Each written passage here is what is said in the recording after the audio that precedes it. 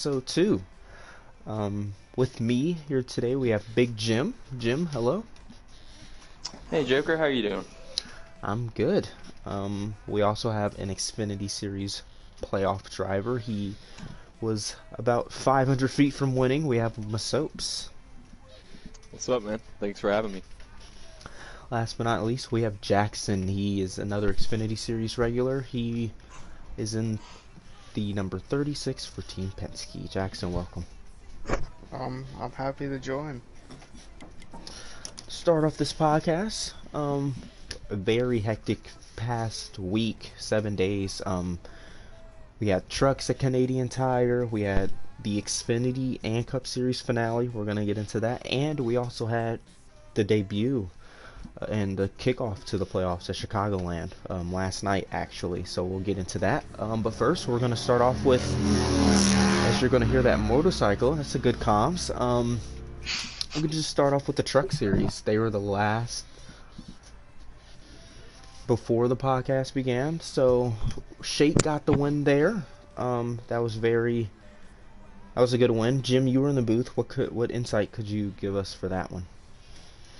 That was just so unexpected, right? I mean, I didn't expect it. I thought it was going to be all AK Unleaded and Ghost Killer because they've been the strongest guys on the road courses. But all of a sudden, here comes this really fast GMS number 2 truck, Shake and Bake, and he just, I mean, from the get-go, won the pole, won stage 1. I think he won stage 2. I'm not 100% sure on that one. But then he powered back and got the race win, locked himself into the next round of the playoffs. It's really impressive. It's a testament to how consistent he's been running and how he does on the road courses. Yeah, that was a really feel-good win for him. That was one of the 100% races. Masopes, I'm going to come to you for this next one. Your teammates with Ghost Killer.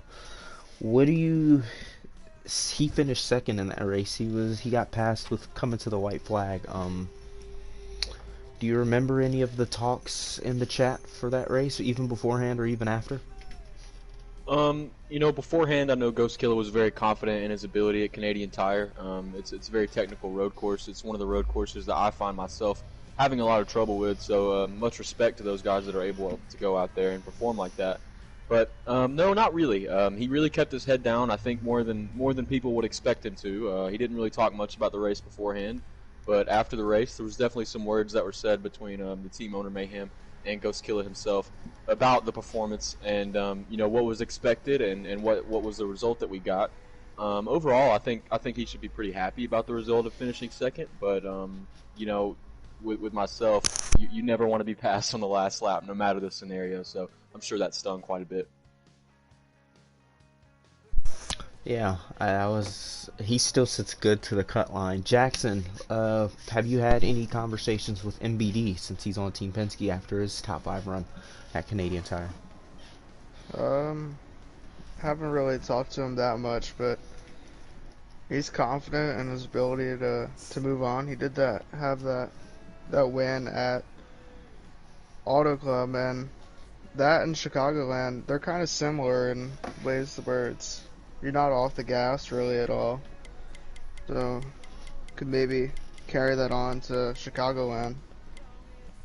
Yeah, we will give Jim. Actually, I'll give this one to you. Can you go to the truck grid and give us the point rundown from after Yes. Canadian Tire? Let me go ahead and do that. So obviously, advancing through was Shake and Bake. He doesn't have to worry about Chicagoland tomorrow night. But then you've got Ghost Killer with a lot of help from his regular season, his really dominant regular season. He's 44 points above. TGS Predators, great run at Canadian Tire, 22 points above. MBD, the Penske driver, the one that you guys were just talking about, he's 15 points above. Dalator also had a solid Canadian Tire effort, just not a good stage 3. He is 15 points above as well. Jason Cole, 12 points above. Skeptic Whitey, 6 points above. And the guys trending in the red right now, AK Unleaded, -6. AHAC, -8. And Mayhem, -36. So out of all those guys, the only one in a must-win is Mayhem tomorrow.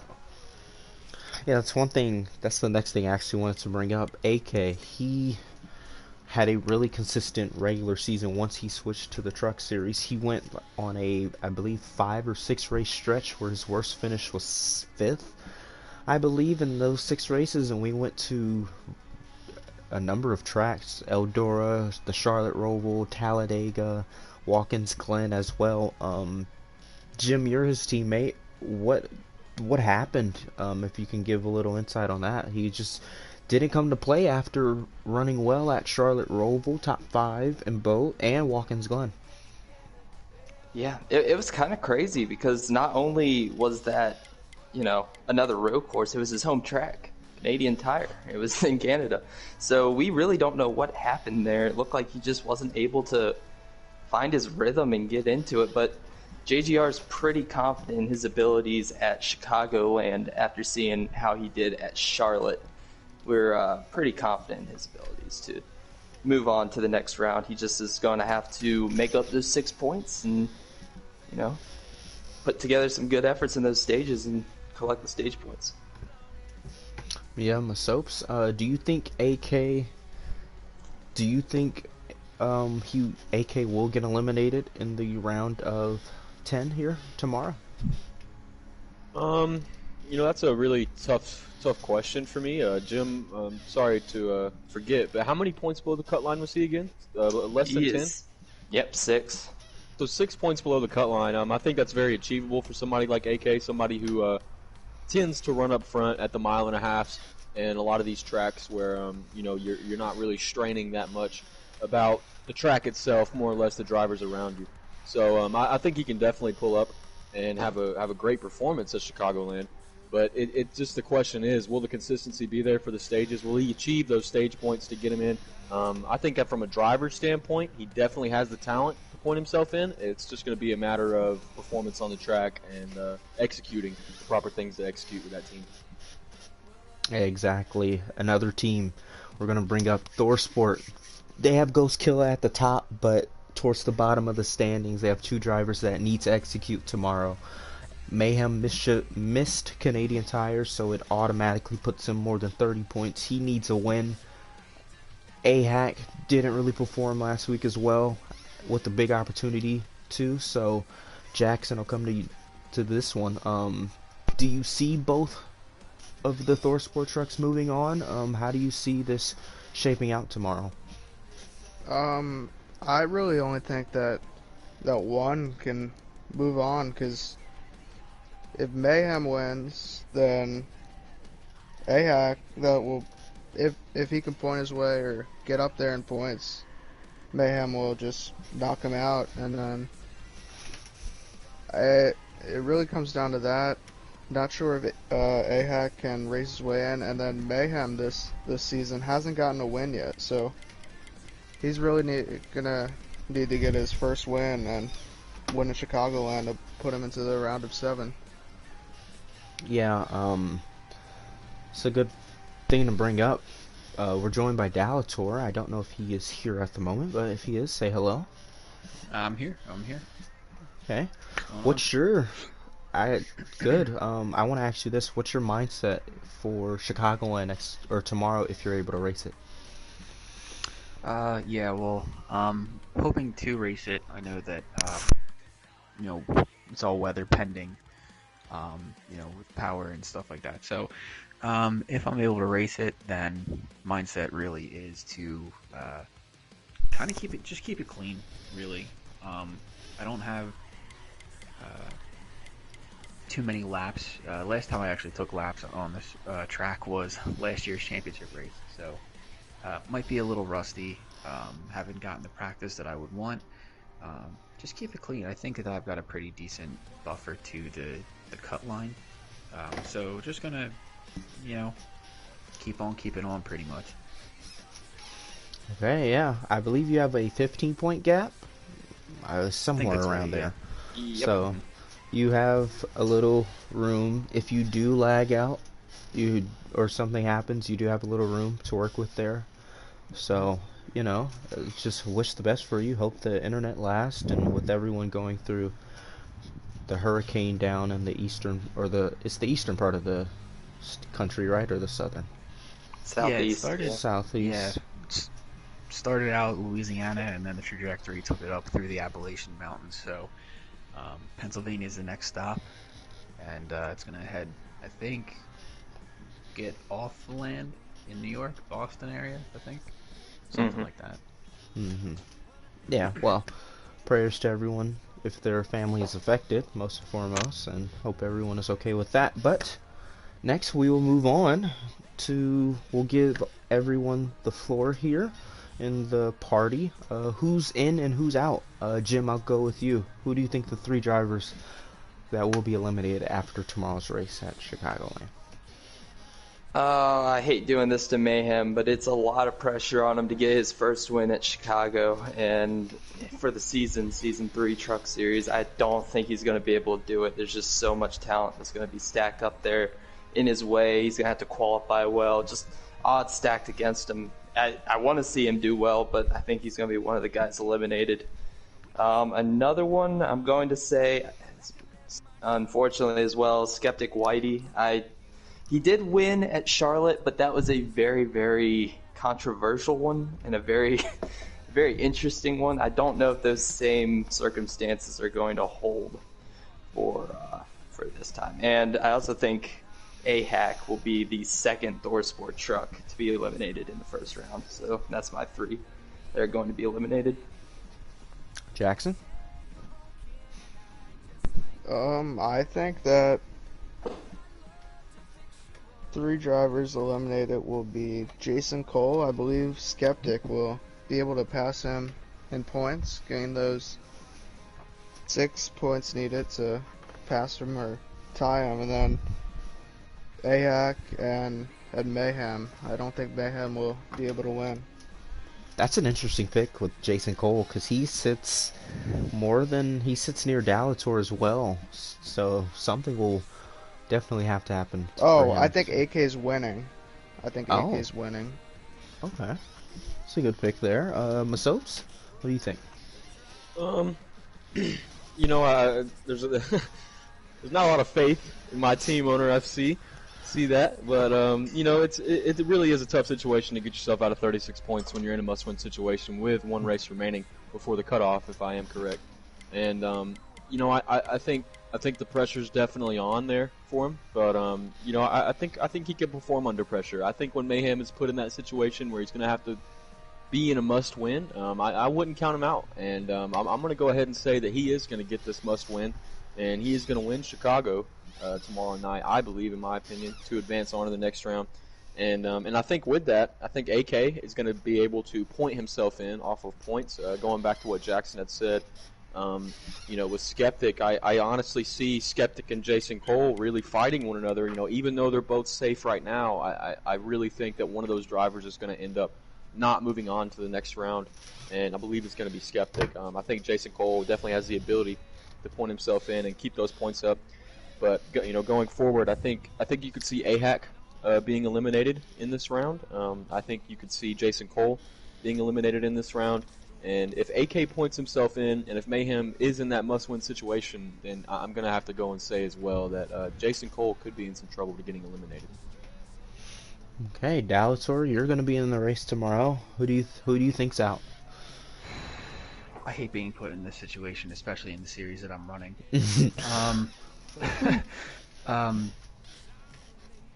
honestly don't see any movement, and the reason being is I keep going back to last season and replaying the race in my head and thinking of what kind of dogfight it was between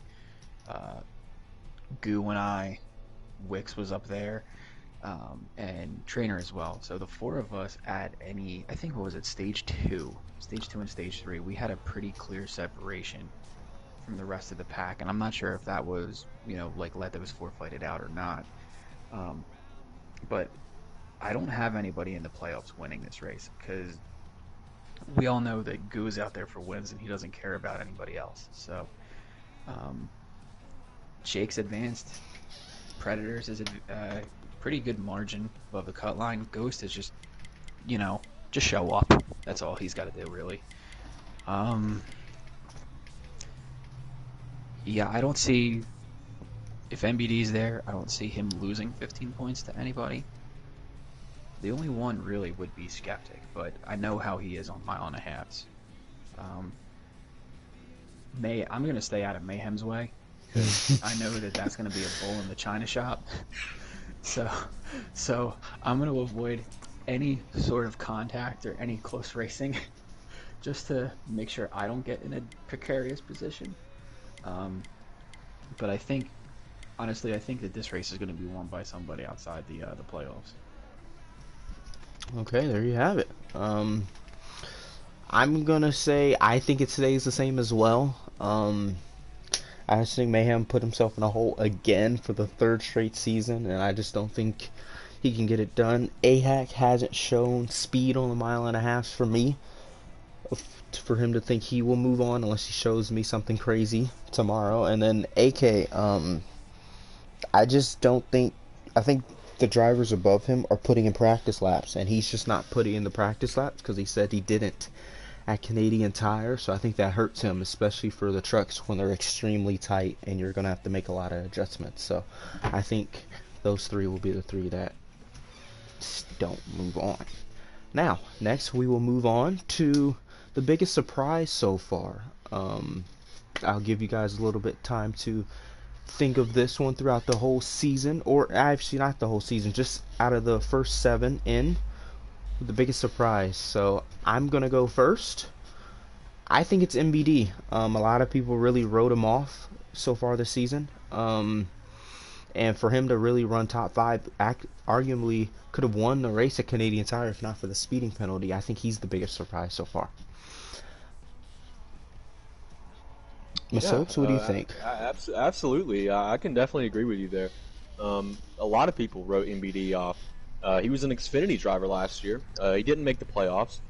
And I think that was one of the reasons why a lot of people said, okay, well, he might not show up this year either, and he might not be one of those guys in the playoff format. But definitely surprised a lot of people. Definitely surprised me with the pace that he had at Canadian Tire. What I see is a driver that is determined and a driver that is willing to do whatever he needs to do to put himself in those positions to continue to compete for a championship. And I think that's definitely a mindset you need when it comes to these type of races. And I think he's got it pretty well down pat. Jim? Yeah, so I'm actually going to go with the guy just above MBD in points right now, and that's Predators. What surprises me the most is how he really did at Canadian Tire, right? I mean, we really hadn't heard much of him. He'd been consistent a lot like his teammate Shake and Bake, but he hadn't been running up front like that.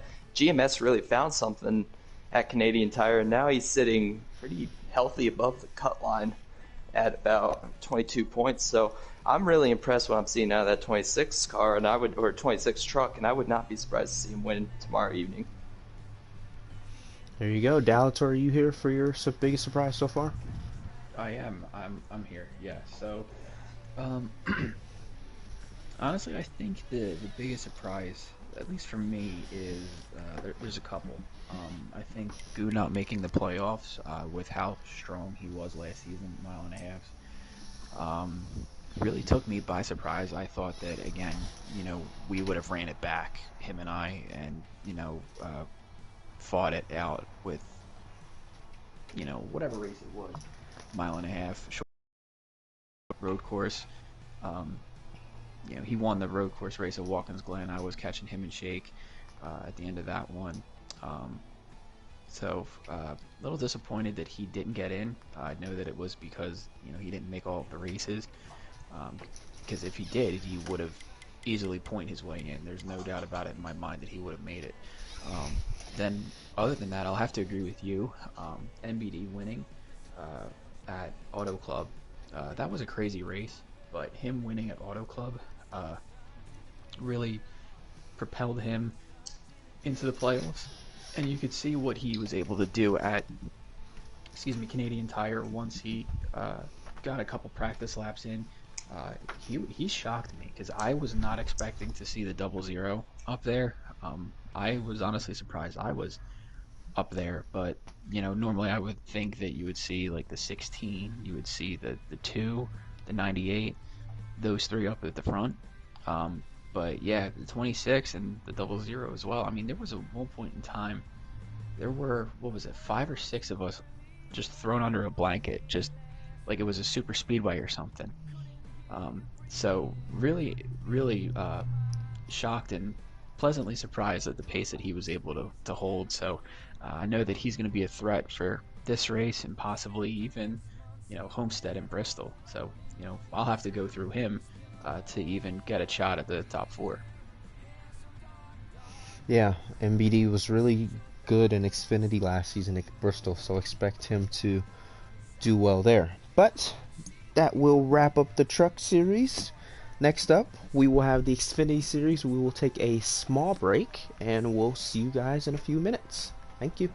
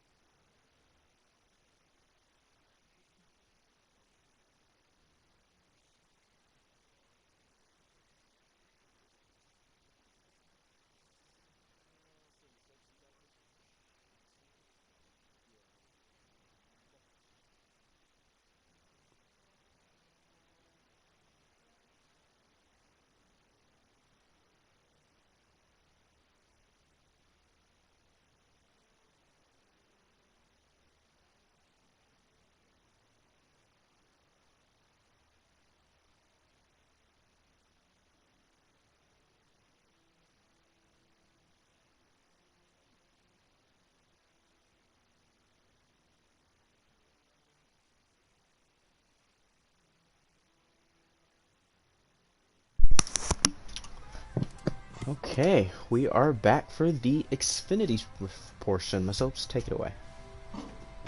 Yeah, we had a great Xfinity race yesterday night. It was awesome in my point of view, really, to see that many guys show up and to still have that race attendance that we were hoping for, 15 plus cars.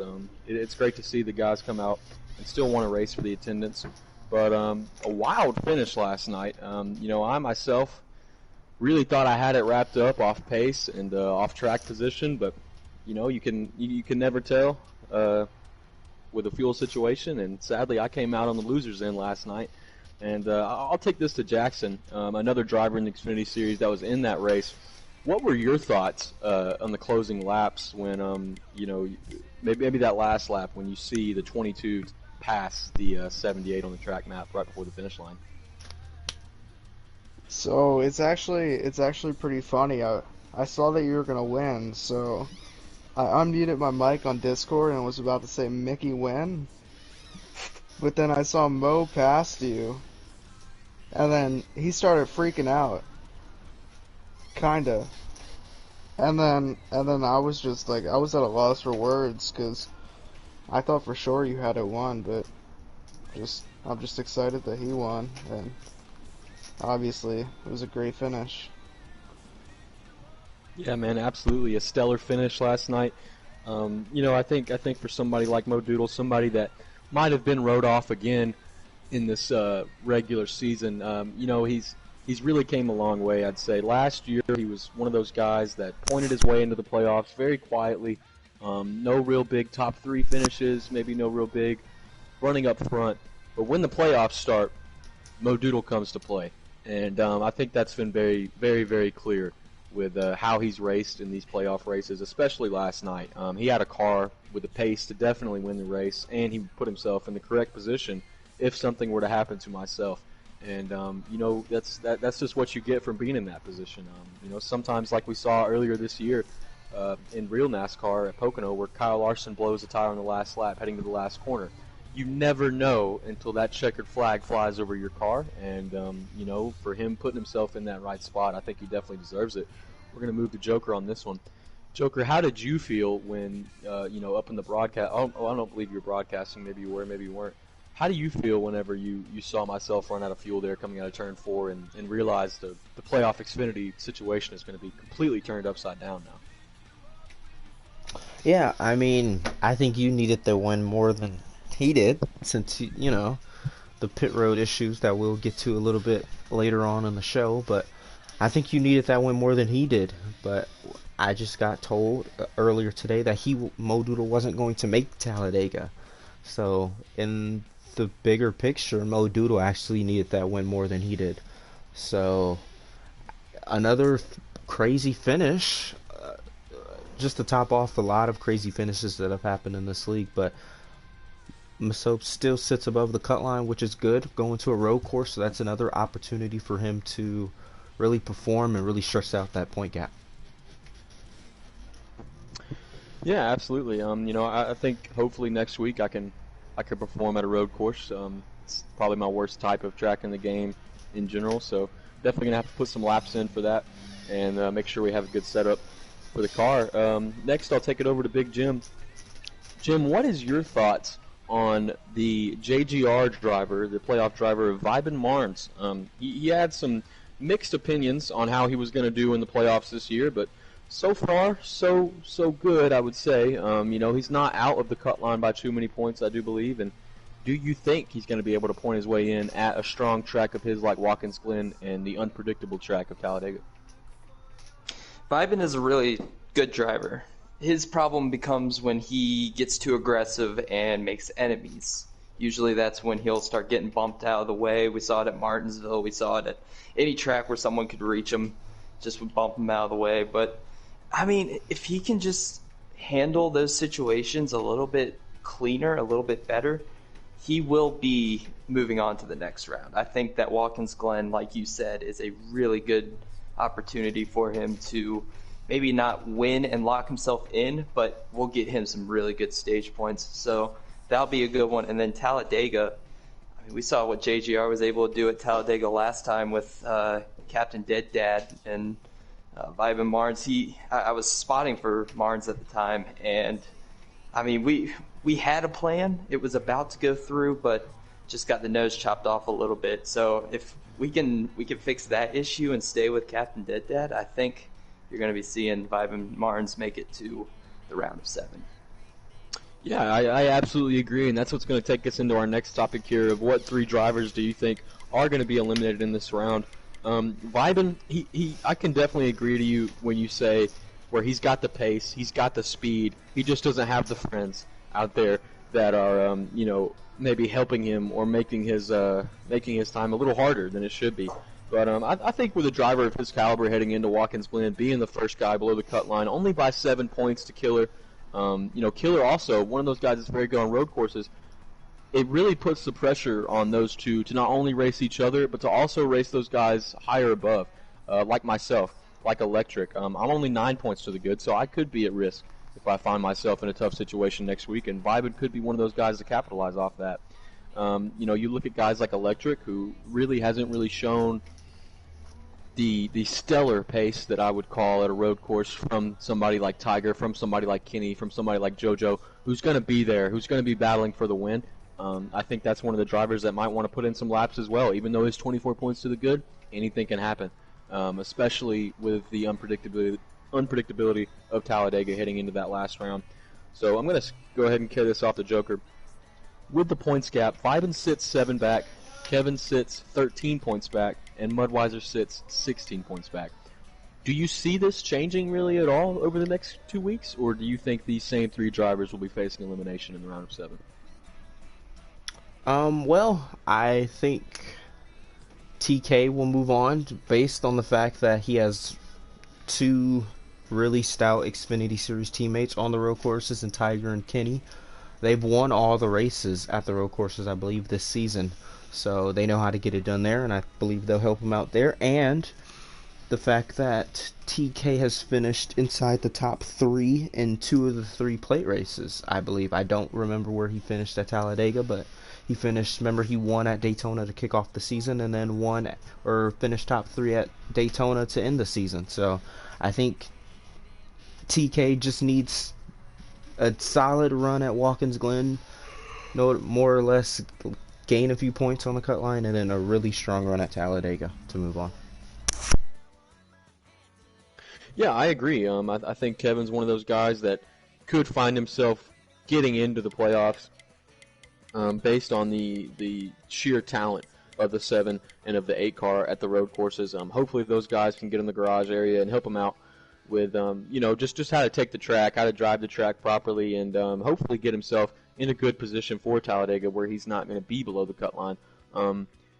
For a guy like Mudweiser, I really see his only chance coming at Talladega. He hasn't really shown the speed, so to say, in the past. But, with the win at Talladega earlier this year to lock himself into the playoffs, I don't think he's somebody you can just write off. If they get it done at the super speedways, they tend to get it done regularly at the super speedways. So it'll definitely be interesting to see what kind of situation he's in and how he's going to face that if he is facing elimination at Talladega, which I myself do see him facing. Somebody like Vibin, he's below the cut line by only 7 points. That's somebody that I think can point their way in.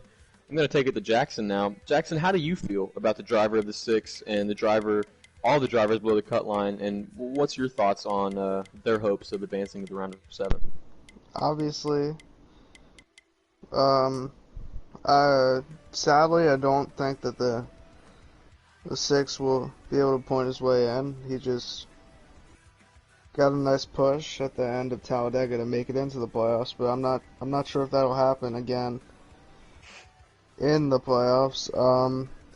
I think that a surprise elimination. I think that Electric Days will be eliminated. I think that sometimes he lets his anger get the best of him in the playoffs. I don't think it'll. I know he's 24 above, but he's not the strongest on road courses, and at Talladega, as we know, it's kind of random. And then I believe that Kevin will be eliminated. He's not very strong at road courses. I know that he does have the 2 teammates that are both great there, but I just not sure if he can learn that quickly on road courses. Yeah, definitely a good take there. We're going to move on to Big Jim here. Jim, how do you feel about the 3 drivers sitting below the cut line, your teammate included, and the Roush driver of the 6 and the JRM driver of the 9? What's your thoughts on how they can tame these 2 beasts that we're about to go to? Well, I can already tell you that I don't think Mudweiser or Kelvin are going to be doing very well at Watkins Glen. So they're going to be put back in points there, in my opinion. But the interesting thing comes at Talladega. You guys already prefaced it that Mudweiser won at Talladega earlier this season. Kevin's stout on these super speedway tracks. So those guys are going to be in nearly must-win situations at a track that, I mean, for them, it's a skill track. It's nothing different than like a Martinsville or, a Charlotte or something. So those guys are going to be hard to beat. I think one of them does win. I think Kevin is able to win at Talladega, and that's going to move Killer out of the playoffs.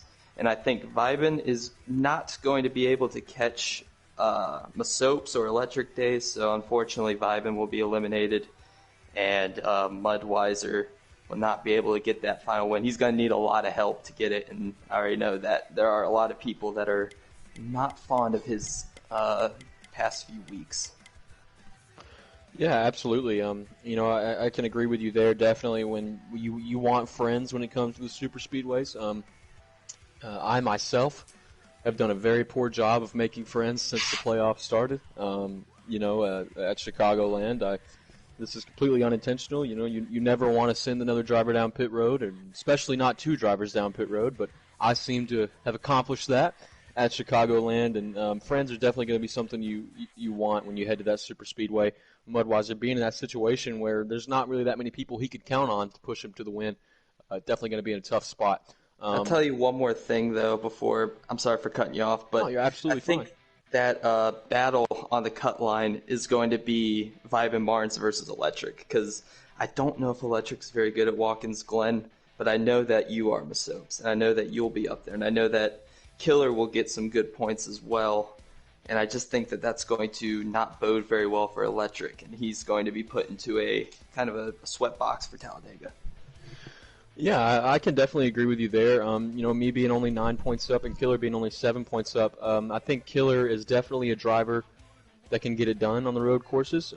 He's definitely a talented driver. I wouldn't put him, maybe a top 3 road course driver in the series, but I would say he's top 5. I could say he could battle for that 5th spot of being the 5th best road course driver in the series, and I can agree with you. I think Electric, if he doesn't put the laps in at Watkins Glen like some of these other drivers may be doing, he's going to find himself in a very peculiar situation if one of those drivers beneath the cut line wins at Talladega in a situation where they know that is the only possibility to continue to compete for a championship.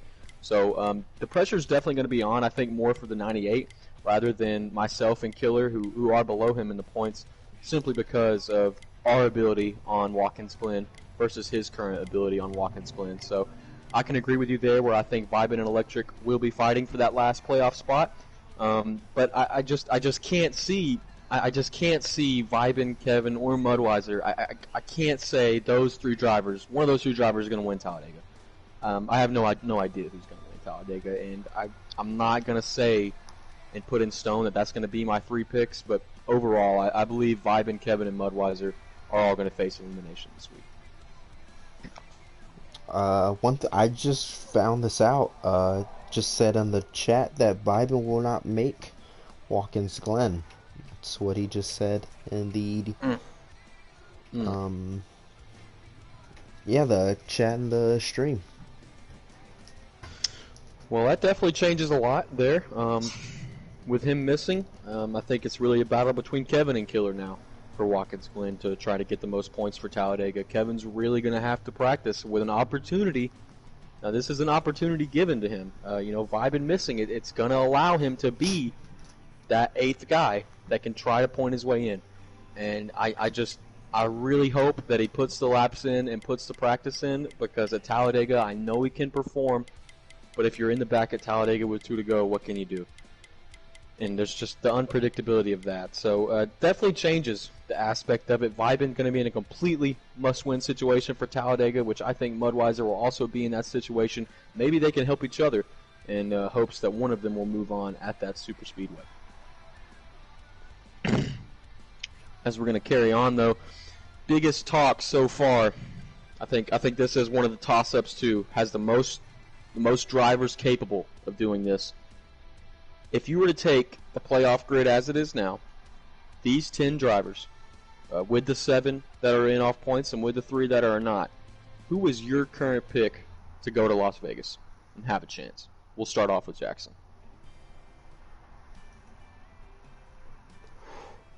What was your question?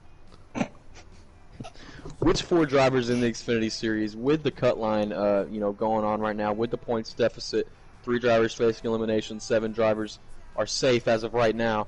Who do you think will make it to Las Vegas out of that group of 10? Like 4 drivers, or just just 4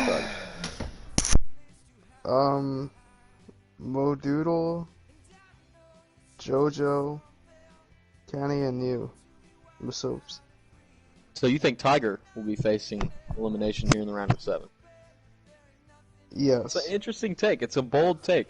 Tiger, he's known for being up front and for being somebody that you're going to have to pass to win the race, but he's also known for something else, and that's kind of folding under pressure. We've seen Tiger choke multiple races away, and I really don't think that that's going to happen in this round of 7, but it's definitely a possibility. Next, we're going to move to Big Jim. Big Jim, who do you think is going to be these 4 drivers competing at Las Vegas for the Xfinity title? Yeah, so right now, I would say Tiger for sure. I would say It's going to be close between JoJo and Kenny. I think those are going to be the two guys that are going to be battling there at Bristol. And I say that it's going to be JoJo that's able to get Kenny out. But then Electric Days, winner from Martinsville, I have him winning at Bristol and moving on to Las Vegas. And then I have Masopes. So again, that's Tiger, JoJo, Electric, Masopes in Las Vegas. All right, very interesting picks there. A driver like Kenny, driver of the 7, somebody who did not have a chance to compete for a championship in the Final Four last season. I can definitely agree with you there, where I think Kenny will be somebody that you might can count out when we go to Las Vegas, but you might not be able to count him out. The inconsistency is an issue that he's faced not often this season, but when it counts. And I definitely think that he's one of those drivers that could possibly not make it in, as well as myself. Next, we're going to move on to Joker. Joker, who do you think are going to be the 4 drivers battling for the championship in Xfinity? It's really tough to pick. Modoodle showed his, hot start again as last year. Same with this year. I have Tiger, Kenny. I have Masopes because I feel like a Mickey win is due in the next round. And then I have JoJo. So those are my 4 moving on. Definitely interesting there. Mickey winner himself, myself. So we'll see what happens. I have a strong track at Homestead, Miami, where I won in the playoffs last year to start off the round. So hopefully we'll have a good showing there. If you were to ask me what my championship 4 pick would be, it really gets tough in Xfinity. I think there's going to be somebody that potentially puts someone else out, and it's going to be a surprise. And I definitely am going to say that I think JoJo is somebody you can lock in for one of those spots. He's very, very good at Indianapolis Motor Speedway and very good at Homestead as well. I think he can point his way in off those 2 races alone, where he just has to ride around at Bristol. Next, we move on to somebody like Tiger. I think Tiger can definitely get it done and definitely keep his points gap to secure that second slot in the Final Four. JoJo and Tiger, 2 guys that I definitely see moving on and competing for the championship. And this is where it gets interesting. You have Kenny, Electric, myself, Killer. It's really a toss-up. I think Killer is very underrated when it comes to being in high-pressure situations. I think this year he's going to speak for himself, and he's going to get a win, whether it be at Homestead, whether it be at Indianapolis, or whether it be at Bristol. I think he's going to win one of those 3 tracks, and he's going to be the sleeper in the Final Four that no one saw coming. So with JoJo, Tiger, and Killer possibly getting a win, it leaves the situation on 3 very good drivers to point their way in off of Bristol into Las Vegas. I myself am not the best driver at Bristol, and I fear for myself if I'm in that situation to get pointed out, it's going to be there. And I think Kenny can say the same. He's not the best at Bristol, and if he's put in that situation, he could also be pointed out. So wrapping that up, I think the Final 4 is going to be JoJo, Tiger, Killer, and Electric. And I think two powerhouses this year, and myself and Kenny won't find ourselves competing for the thing that we fought so hard to compete for. Yeah. Any opinions on that? Yeah, I just want to get Electric and Ballstick. I saw they joined the party. Let's get a little insight from them. So I guess I'll go first. So when it comes down to it, we have 2 upcoming tracks with Dega and Indianapolis where it's basically anyone's race. So even, it's pretty unlikely in my opinion, but it can happen. Someone with, Kelvin, he could somehow get those. But the chances that, I know Indianapolis is one of his better tracks, even though it's anyone's game. You don't have to lay caution at these other ones. But for my Final 4, I'd have to go with Tiger, Kenny, probably Masopes, as well as probably JoJo or Electric. Modoodle can also be mixing with JoJo and Electric. I've just seen Tiger, Kenny. From the races I've been in, they seem like they're pretty consistent, and they can get up there pretty quickly and just stay up there the whole race. From what we just saw at Chicagoland as well, unless there's a mishap on pit road. But those are gotta be my 4. Electric? Yeah, Electric. Back. Um, I don't really know. I mean, after what happened at Chicagoland, I really just hope I move on. I know I have some people that really just hate me and they don't want me to make it to the next round, but I showed them that I can show up and I will dominate on what I can do. Absolutely. I don't think you're a driver that can be counted out just yet, especially with a strong track, elimination track like Bristol. That's why I honestly have you moving in over someone like myself and over Kenny. But as long as there's no surprise winner in that round of 7, I could see myself moving on. But if there is a surprise winner, I just can't confirm that I'm going to be able to compete. But I think Electric could. He's got the ability at Bristol, and definitely going to be interesting to see who's going to come out on top. You want to root for yourself as a defending champion, but you also want to root for those guys that have fought so hard, just like you have. And Electric is definitely one of those guys that I would like to root for to make that Final Four and win that championship. But moving on, I assume we don't really have that much to talk about the Xfinity Series, so forth. So we'll see you guys here in just a bit, back for the Cup portion of our broadcast. Thank you.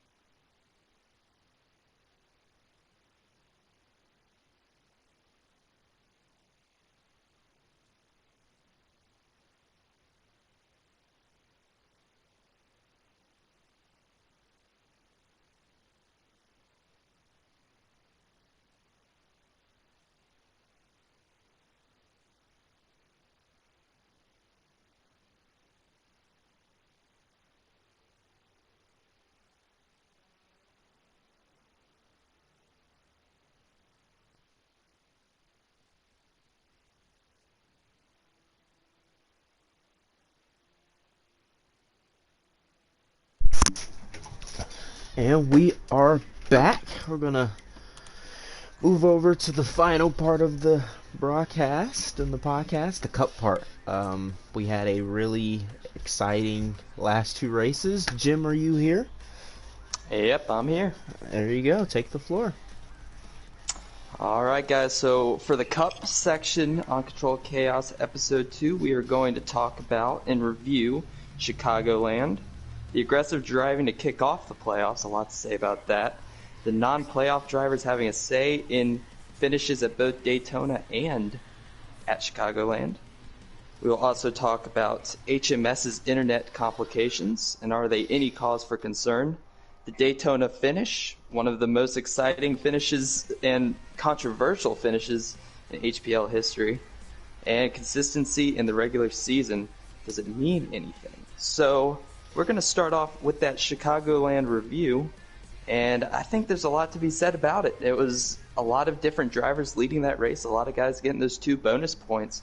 But I'm going to kick it off to you first, Joker, with the question of I was really surprised not to see Heredia up there at the end. It looked like he had a little bit of an issue with the servers. Maybe you could go a little bit about that. Yeah, I mean, Heredia is a really quick driver on the 1.5 miles, so it's no surprise. But he really hates the tracks where there's a lot of on throttle time, and Chicago is one of them. So Chicago, most of these tracks on Heat 5 are treated like a plate race, so you have to really be aggressive. So I just think that's where he struggled at the most, more than the internet issues. Yeah, it was the internet issues and something that happened on a restart after one of the HMS drivers lagged out. So hopefully, good thing that he got a bunch of those regular season points, because it was not his best showing there in stage 3. But we'll also move on to another question from that Chicagoland race. Sharp ending up winning that race and locking himself into the round of 7. Jackson, you're his teammate. I want to hear what you have to say about that, because Sharp has really been on a roll lately. Yeah, it's definitely been a great driver. Could have had 3 straight wins, but we'll get into that later. But yeah, just was a lap down after the first stage. Had to fight his way back onto the lead lap, and then in that third stage, was able to get the lead and then pull away. And after that, they couldn't catch back up to him. Yeah, definitely. He was very fast there on that last run, loosened that thing up to perfection. And speak of the devil, we actually have him in here, a race winner from Chicagoland, locked into the round of 7. Sharp, you got a copy.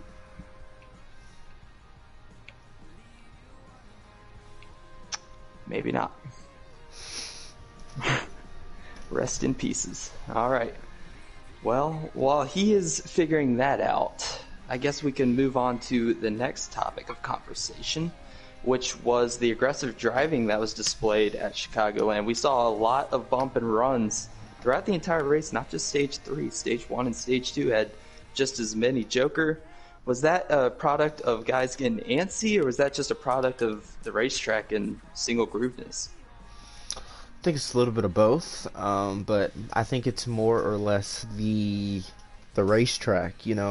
The Cup Series, especially with how the draft works on these certain tracks, you have to take every run. You have to throw those blocks. So, the tracks like Charlotte, Chicagoland, Texas, a lot of on throttle, that's where you see the stack ups happen, especially on those one groove racetracks. And I think it's just going to get more and more intense. Homestead will probably be a little bit better. Indy is probably going to be similar to what we saw yesterday, just in how long the straights are and how big of a run you can get, similar to Michigan. And then Vegas is the last race. So I just think as the rounds keep going on and the races continue, it's just going to get worse and worse, and you just got to stay up front and do whatever it takes to do that. Yeah, definitely. And Jackson, I'm going to toss that same question over to you with a little bit extra to it. Do you agree with Joker? Do you think that it will just continue to get even more and more aggressive, a little bit chippy out there as the playoffs progress? Yes, I think Watkins Glen, it'll be more spread out, in my opinion. Maybe the leaders will be right on each other, but I don't think that'll be really aggressive. Then Monday at Talladega, I feel playoff drivers make sure no one can get in. They'll maybe try and stick their bumper under the car, move someone up the track there, because you need to be at the front there, so you need to be as aggressive as possible to get up to the front and give yourself a chance to win. Yeah, definitely. One guy that wasn't able to really get up front, this is kind of going off topic a little bit, but we do have him in the chat. He is a playoff driver, number 6 car for Roush Fenway Racing. LD Allen, do you have a copy? Yes, I'm here. All right, man. Well, I want to talk about that race, because it didn't seem like it was the chippiness that got you, but rather a little bit of strategy that went awry. What really happened there that put you a lap down and unable to really catch back up? Well, really, the problem was lag for me at the beginning. I was the one that caused that wreck on like lap 5 with my lag, so I had to drop to the back. And that cleared up, which was fine, but the problem was I was way off the leaders. So I tried. I didn't think anybody would make it on fuel based on prior races there. So I pitted early to take 4, try to gain some spots. And I thought, Jim, you were going to be the only one saving, because it looked like that. and I was behind you, so I thought I was good. But then it turned out Brody also saved enough, so I was the second car 1 lap down. And then unfortunately, Sharp was also a lap down, and he won the race. I drove all the way up to second on track in second stage, and I thought I was in good position, but I didn't have the confidence to take no tires like Sharp did.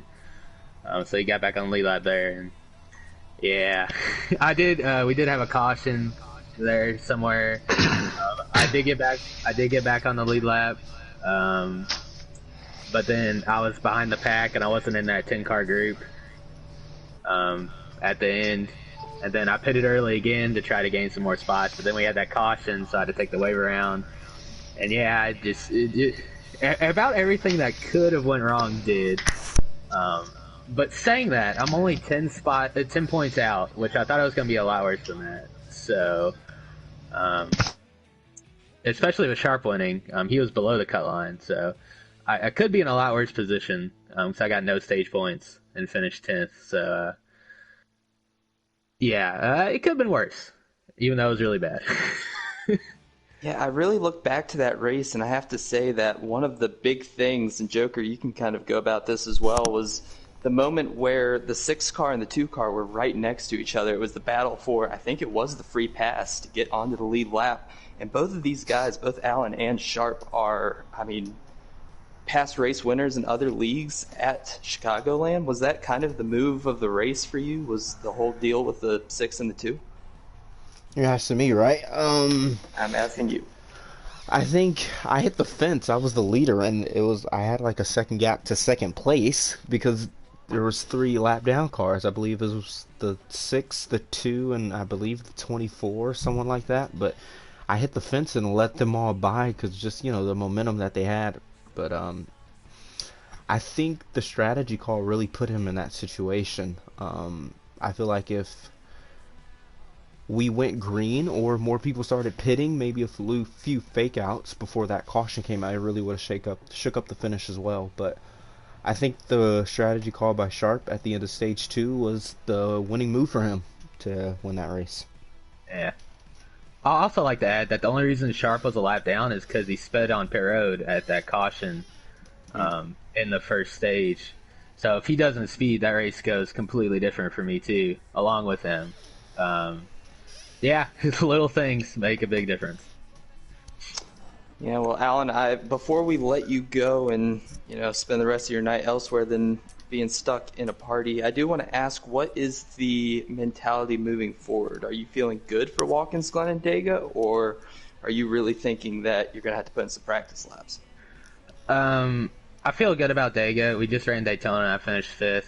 I was towards the front most of the race, so I'm feeling good there, even though it's very unpredictable. Watkins Glen, I just run a league race there too about a month ago, and I'd say Sharp is pretty much the standard there, and I was able to be roughly on his pace. He was quicker, but I feel like I was with him, so I'm definitely gonna put in some laps there before Thursday. But I feel like I can be around 5th in both the stages and be around 5th for the finish. So if I can do that, I think that puts me above the cut line. So I like my chances going forward. I definitely think I don't think I'm in a must win at this point.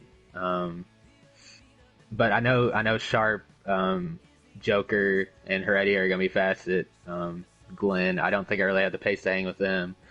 But I think anywhere around 5th puts me in a good spot in all the stages and the finish. Puts me in a good spot for Talladega. And anything can happen there. But I still like my chances. It just kind of sucks that Chicagoland's one of the best tracks and had a bad race there. But if I can make it to the next round, I even like my chances getting to the Final Four. So we'll see how it goes. Yeah, Alan, well, again, good luck on that. You've been one of the most consistent drivers in Hennessy, so we'll see you on Thursday. Thank you. All right, we'll move on to hopefully he's got his mic issues resolved, but Sharp, you there? I'm here. You got me? Yep, I got you. All right, man. Well, we just interviewed one of your main competitors right there at Chicagoland throughout the entire race. But I want to hear from you. What was going through your mind when you made that last move for the lead and you had Joker right all over your bumper? First of all, I just want to commend LD. I mean, he's one of my good buddies. I've been racing with him for a long time. First off, he was my main competition. Obviously we had that early caution, everybody able to get their setups in. We go to pit road, toward the end of stage one, some guys are saving, and in my mind, I'm like, okay, there's got to be a quick gas and go, and I speed there. So I put myself behind the 8-ball, my lap down to start stage 2, and it was a fight. And LD had a lot of speed. He made all the right moves to pull away from me and get within, those top 5 cars. And my game plan was just hopefully I'd be the first car lap down, kind of stay out of the way. But as soon as he started making moves to get up there, I had to fight to get to him. And thankfully, the strategy that I had, worked out to be able to get on the lead lap in stage 3. And now to your question, yeah, when I had my chance to go for the lead there and got it, and I had a little bit of a gap, I was just wanting to maintain, just hit my marks. And then I think I caught the apron one time and kind of allowed the guys to get to me at that point. It was just, don't worry about who's in the rear view. Joker, obviously, he is one of the best in this league there. I have a ton of respect for him there. He does have an aggressive driving style, but, you have to be like that in this league if you're going to get to the front. And he does it the best among a lot of the drivers there, which I commend him for that. And I knew that he was going to try to do something to be able to make a move, get to me there. He had the whole pack behind him to help him out. And, I was just counting the laps down, just like hit your marks. Anything can happen. Hopefully I can hold that gap. And, thankfully I was able to do that. And it's a great feeling. Just to be able to get past all those issues, beginning of the season, mid-season. Suddenly just been kind of hitting my marks lately. The internet's been on point with the new Netgear, and it's really been paying dividends there. Really hyped that now I can kind of run where I feel I deserve to run, and just hoping it keeps up for the remainder of the playoffs. Yeah, reliable internet is paramount to any of these leagues. But I'm going to move it on to Jackson, your teammate over in the Xfinity Series. Jackson, do you have any questions for Sharp and his playoff performance so far?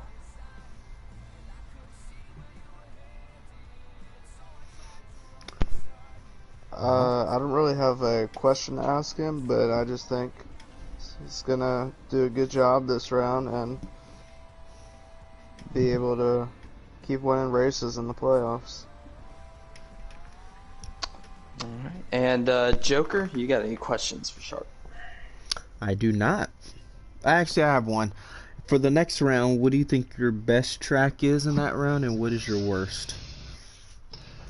Oh, man, it's a toss-up between Indy and Homestead. I mean, I feel I'm equally strong at both tracks if I have, the position, and if circumstances play out for me there, I feel I have a good shot at either of those. Bristol, I've been putting some work into that track, but I would obviously say that is my weak point. Trying to get better, trying to find, the secrets are running quickly over there and not get loose off. It's all about setup, obviously, but it's also about drive. It's a driver's track, obviously. Bristol is statistically a track I have struggled at in the past, so just going to keep working on it, try to get better, but obviously Indy and Homestead are the tracks I'm targeting at trying to have good runs at. All right, Sharp. Well, it's good hearing from you. Congrats on your win in Chicagoland. And moving on to the round of 7, we'll see you on Thursday at Watkins Glen. Absolutely. Thank you guys for having me. Thanks for coming out, guys. We'll call you. All right, now we move on to our next topic of discussion. And Joker, you have a pretty good idea about this one. The Hendrick Motorsports internet issues, particularly with Riley. Is Riley going to be able to get this figured out, you think? I don't know, because he wasn't in a party last race, and he still lagged out. So I've been after, I believe, what was that, Martinsville. I was like, I'm not going to deal with this. I went and got a new PS4, and I haven't lagged out since. So, I mean, but if he doesn't lag out, I think he has a good chance to move on. Watkins Glen, he's usually run well at. He may not get the win, but I think he can run top 5. And then Dega, he's had good history there, but it's Dega at the same time, so we don't really know who can win there. But it's going to be tough for him and the other two HMS drivers because McCard lagged out as well as Indulgent had issues as well. So I hope they can get it together, but nothing is guaranteed. Yeah, and you've had your fair share of lag outs early in the season. Mid-Ohio comes to mind where you were winning stage 1 and really looked to be on a heater that race. So hopefully your internet's able to stay together as well. Jackson, I'm going to go just in general about these lag outs. What do most drivers worry about these things when they start twitching? Do they worry about the eventuality that they might just lag out of the race and lose a bunch of points? I assume they do. From my perspective, I haven't really had any lag problems, but I don't really know how the other people feel, but I'd assume if you're lagging, even if you're just lagging in general and not lagging out, if you keep lagging, you're going to be asked to move to the back, and that's a lot of points lost. It is, yeah, and we saw that with Nobes. He was one of the guys that was lagging there at the end and killed Color out of a really good, I mean, Color was third, I believe, third or fourth before he got lagged backwards by the 4. Nothing of Nobes' fault, but those lags really just come out of nowhere, those lag spikes, and can change the playoffs dramatically because Color was, I mean, maybe in the opportunity to win that race and got lagged back all the way back to 9th. So those lag spikes really do mean a lot. We'll move on to the next topic, which is non-playoff drivers poking their nose in at Chicagoland. We saw a couple of them. Drunkfest, probably the one that comes to mind the most. He was really quick the entire race. But Joker, do you have a problem with non-playoff drivers driving for the win there at the end? I think it's a coin flip for me, just because like they're still racing out there as well. You can't just push them to the side because if that was the case, then we should change the rules and say they can't race at all. But it just depends. Like it's frustrating, especially if you're a playoff driver that gets taken out by one of them. When they really have nothing to lose. So it's really 50-50 for me, and it's like every situation is different.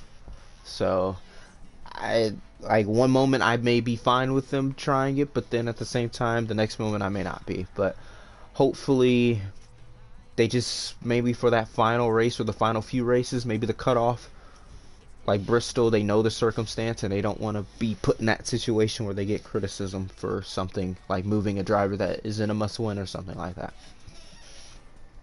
Yeah, I can share that sentiment that those guys should still be going for wins. I think Drunk was in his right to go for the win there. I kind of wish he still would have pushed me to your bumper because I think we would have had a shot at Sharp, but that's a whole nother discussion for another day. That wasn't because he was a non-playoff driver. That could have very well have been a playoff driver doing the same thing. So I don't have any problem with those guys racing as hard as anybody else on the track, but maybe when we get to Las Vegas, maybe that's where you start seeing guys give royalties to the playoff guys still in the hunt for a championship. Yeah, and that's the thing I want to bring up. You don't want to piss off the drivers that get eliminated, because when you want them to let you go or maybe not race you as hard at Chicago or Vegas for the finale, they're not going to do that because they're like, oh, I remember you wrecked me here, or I remember you raced me hard at Homestead, Bristol, Indy, or Chicagoland. So you just want to keep them on your good side for that final race. All right, speaking of pissing people off, I want to get to our marquee discussion of the night, and that is going to be the shenanigans, the glitching that happened at Daytona International Speedway for the cutoff race for the Cup Series just last Thursday. I'm going to go to Jackson on this one because I want to hear what you have to say. A lot of heat for Sharp, but is it granted? I think it's definitely granted. I mean, I was in that race. I was in 5th place at the time it happened. We were in a great position to get our teammate a win, and he chose He chose his own personal friendships over the team. So obviously that will like get a lot of hate, and I think that everything he's getting is definitely deserved since he moved over and gave someone else a win. Yeah, he made a lot of enemies there between his own teammate. I mean, Fireslayer, one of the guys that was running third at the time, he was going for the win, and he probably would have had a better shot of it if he didn't have the two get out of the way of the 8 and let him into the playoffs. But another guy that should be a little bit upset about that is Drunkfest.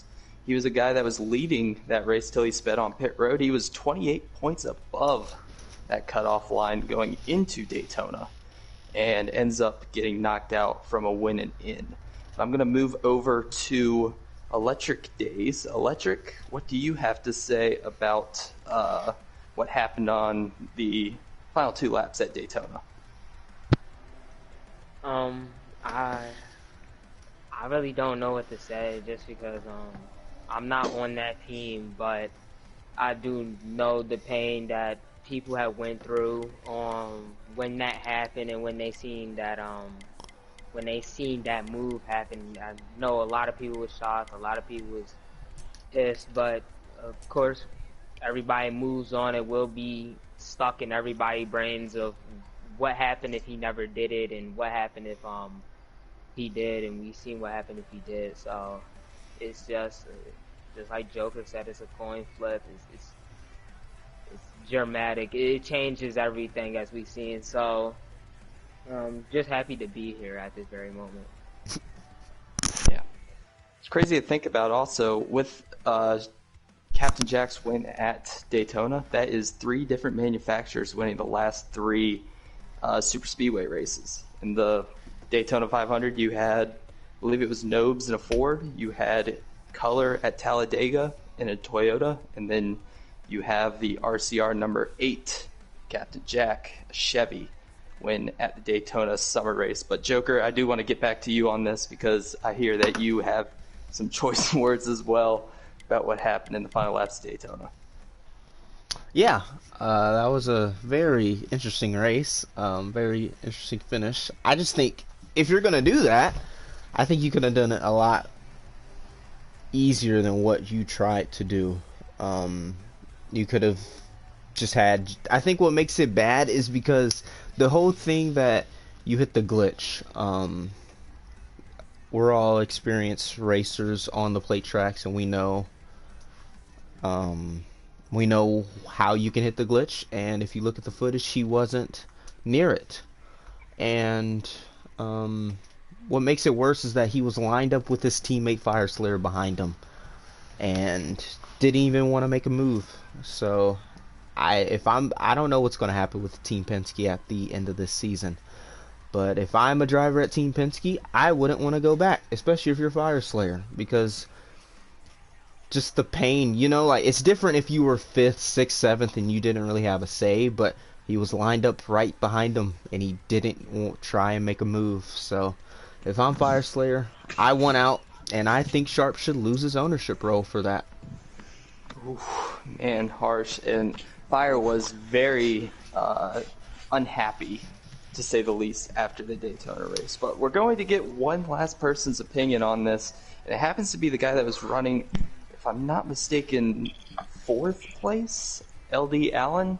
So Allen, you probably got the best view of what Sharp was doing. Did it look like he hit a glitch there, or was that hogwash? Actually, when it happened, I think I was around 10th-ish. I had a really good last lap to get to where I was. But even from where I was, like I said, I was around 10th or 11th. It didn't really look like it, if I'm going to be honest. And then after watching it back, I know where that glitch is because I've hit it before, and he wasn't even to it yet. So, first of all, in my opinion, if you're going to move out of the way for somebody, at least say you did, instead of just lying about it. I just don't see a point in that. And I'll defend Sharp here. I'm not sure he could have done much to help Fire. especially that happened coming to the white flag. I'm not sure all he could have done really, except not let a competitor win and get in. I'm not sure how much he could have done from being in front of his teammate is what I'm getting at. So still though, I don't understand why you don't try to win a race. I mean, that's kind of what you're supposed to do. If he doesn't win at Chicagoland, he's in a bad position because he didn't get any stage points in the first 2 stages. So he's probably below the cut line if he doesn't win that race. So those 5 points at Daytona would have helped a lot. I just don't really understand the logic. Yeah, and then just I think the whole, pretty much lying about it is what gets to me the most because it's pretty clear. But I just don't. I race with Sharp a lot. I'd never expect him to do that, honestly. So it's kind of surprising.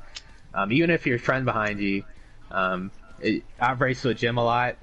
Consider he's one of my closest friends in league racing, and there's no way in the world I'm pulling over for you. So I just don't see where the logic is there. I think it all stems from the win and end thing. Because if there's no win and end thing, Jack's nowhere close to making the playoffs. So I never liked the win and end format. I think that lended itself to this as well. Yeah, I've heard a lot of discussion from the admins that there might be a change in points and how that works. Maybe there'll still be a playoffs, but not the win and in, which seems to be the biggest concern from the consensus in HPL. So thank you for your input, Alan. Well, I do think more of a chase format is better for league racing than a playoff format for a championship decider. Yeah, I would agree with that. But we are going to move on to the final topic, which is going to be the playoff standings in the Cup Series. So let me pull that up right now. Your playoff standings as they sit after Chicagoland, it's Sharp advancing. The Heredia God 56 points above. Always Joker 47 points above. Big Jim 36 points above. Nobes 25 points above. Brody 19 points above. Captain Jack 6 points above. And the cutoff line below is Color -6, Riley -8, and Allen -10. And Joker, I'm going to go to you because I look at these last 3 guys, and 2 of those 3 were up front at the very end and had some unfortunate things happen. So, go through what you thought or what you think is going to be the deal at Watkins Glen. Well, I think it's going to be another battle for road course supremacy, as it has been all season.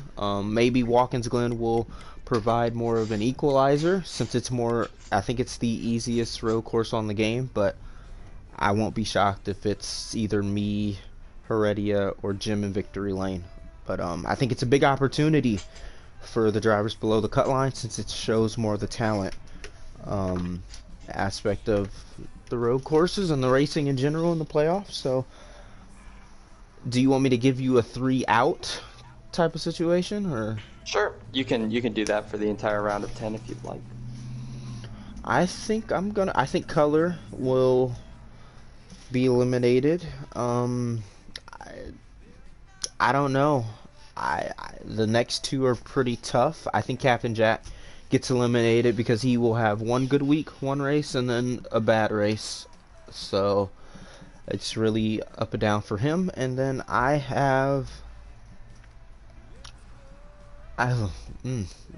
don't know. It's tough, isn't it? Yeah. I think I'm gonna go with LD Allen on this one. Just because we haven't really seen him in a spot where he's been up front besides Mid-Ohio, where he's like, I need to win this race and I'm going to do whatever it takes to win this race. Riley has shown more consistency than him throughout the season. Yes, Allen probably has more top 10s, but I think Riley, if you're like, oh, who can go win this race, and I think I'd pick Riley over Allen. All right. Well, I would say that those are some pretty interesting picks. I'm going to move over to Jackson. Jackson, who do you think are going to be the 3 out after the round of 10? I believe that the 3 out after the round of 10 will be Color, and unfortunately, Riley, he has that lag issue, so not sure. I think if he gets that fixed, then Captain Jack will be out, but if he doesn't get that fixed, he'll definitely be out. And then sadly, I think Alan will be out. I don't think. Not sure if. I don't think he'll be able to win at Watkins Glen, and then at Talladega, that's really random, so you can't really predict that. Yeah. Well, I'm going to go ahead. I first want to say that one guy to look out for at Watkins Glen on Thursday is Sharp. Again, he's been on a roll, and this is easily, if not Road America, this is his best racetrack on NASCAR Heat 5. So Sharp will be up there with Heredia, Joker, and the rest of the road course ringers. But I'm going to give you my 3 out. I'm going to say, unfortunately, it's going to be end of the road for Riley, that lag issue. Unless he gets, I don't even know. I don't know what it is. I don't know what he can do about it, but it's going to cost him at Talladega if he can't be in the draft. So Riley, you're going to have to cut him. I'm going to say Captain Jack because I don't think he has the speed at Watkins Glen to stay competitive, and Talladega, it will be, I think you'll see Manufacturer Wars make a return, and I don't think Captain Jack will be part of it. And then after that, I have a pretty surprising one because I haven't seen much out of Brody at Talladega, and because it's such a crazy racetrack, I say something bad happens to him at Watkins Glen, and he somehow, some way, does not make the round of 7, which would be crazy because Bristol is one of his best tracks on the game. I say Brody gets knocked out in the round of 10. So those are going to be my 3 eliminated for round of 10. And I think that's going to do it for us here, but I'm going to hand it to Jackson for any final remarks.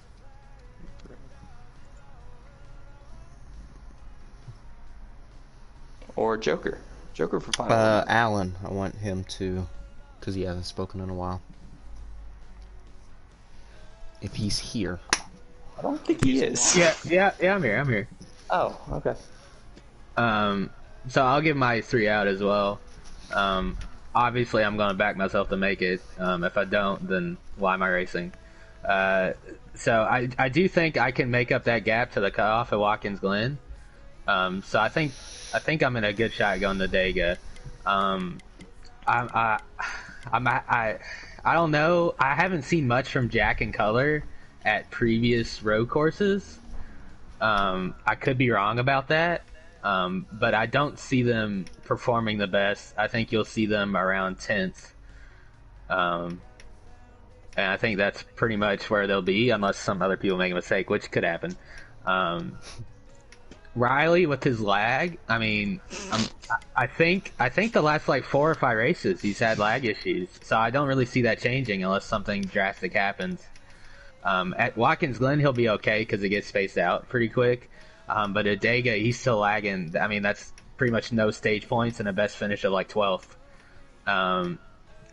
So saying that, I don't see Riley moving on. If he does get his internet fixed, then I could see it happening. But 2 out for me are Jack and Color, and then the other one's going to be Riley. I do think Riley could get to the championship 4, honestly, if he get his internet fixed. But I just don't see that happening. Yeah, I think those are some solid picks on your part. Obviously, saving your own skin there because, again, why would you be doing this if you weren't going to advance? So, good picks there. But I think that's going to wrap it up here for episode number 2 of Controlled Chaos. Before we leave, let's give you the rundown for the week. Wednesday, we have the Truck Series moving on to its eliminator round at Chicagoland. So, all of the good guys, Ghost Killer, AK Unleaded, Shake and Bake already advanced, all those guys. They will be showcased tomorrow night. And then Wednesday, hold on. I have one more thing to get, and that is Electric. Electric, what do you want to say? I just wanted to put my top 7 to go into the round of 7 for the cup. Of course, I have Color getting out, I have Jack getting out, and I have iDollar getting out just because of certain things happen in the race. I believe that anybody can get out, but I have them three as my top candidates to say bye and not make it to the next round. All right. Well, thank you for that. And yeah, we'll see you on Thursday. But yep, that is going to do it for Control Chaos. Excuse me for cutting off some people a little bit too early. But again, 7 or 8:30 tomorrow night is going to be the Truck Series at Chicagoland Eliminator Round. And then we go to Thursday. It's going to be race number 2 of round 1 for the Xfinity and Cup Series. And then on next Monday, it will be the Eliminator round or no, that's an off week, isn't it? Never mind.